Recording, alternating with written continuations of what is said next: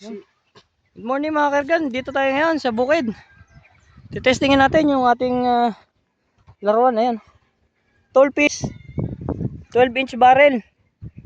Yan, yung ating pistol, no? Kinabit natin na scope, yung pang rifle, kasi wala pa tayo nung hindi pa nakakabili ng red dot. Yun pala yung target natin. Ayun, 40 meters yan. Yan, maya pupuntahan natin kung gaano kalaki yung target natin. Sinlaki yan ng box ng Astro. Titira tayo at mga lang 5 shots lang siguro, para lang makita natin kung maganda ba tumama ang ating bagong luto na pistol. 5 shots lang, bala natin Astro, unsorted, unresize. Ay, UP yung bala, hindi yata ito tatama. First shot.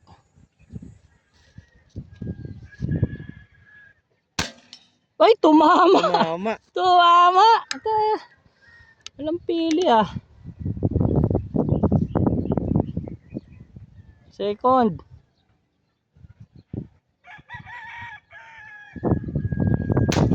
Ay, tumama uli. Tumama pa rin.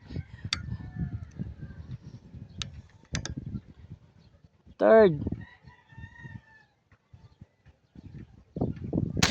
Ay, tumama pa rin.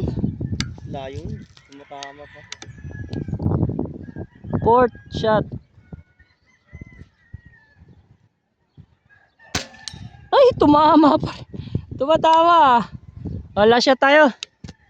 Last shot. Tapos tetestingin ko naman mamaya sa 60. Ay, 5 out of 5 tayo.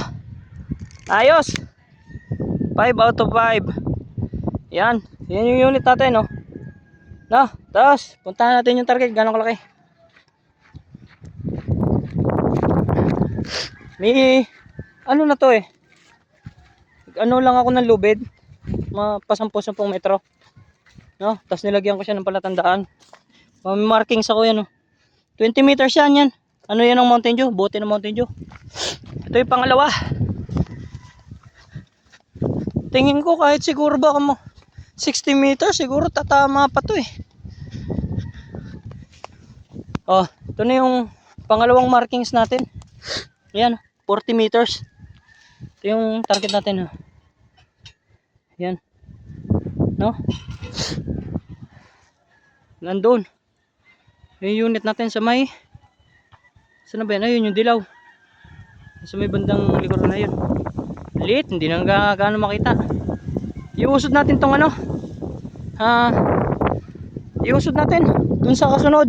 Titingnan ko kung tatama pa siya ng 60. Siguro baka mga nandun yan. Hanapin ko yung markings kuli, no? Or baka kahit 50 lang siguro. Ayan. Paano mga kargan? Ganito na lang. Bye bye.